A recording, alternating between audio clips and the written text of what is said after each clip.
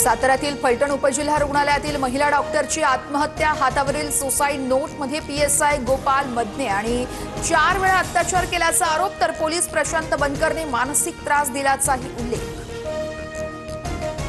फलटणमधल्या महिला डॉक्टर आत्महत्येची मुख्यमंत्र्यांकडून दखल। सुसाईड नोटमधील दोन्ही पोलिसांना तात्काळ निलंबित करण्याचे आदेश।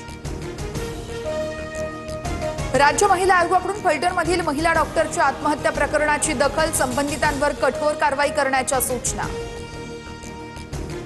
भंडाऱ्यातील कार्यकर्त्यांचे मोबाईल आणि व्हॉट्सअप ग्रुप सर्व्हेलन्सवर टाकलेत। बावनकुळेंचे खळबळजनक वक्तव्य, तर कार्यकर्त्यांनी बेईमानी केली तर 5 वर्षे दरवाजे बंद करणार, बावनकुळेंचा इशारा।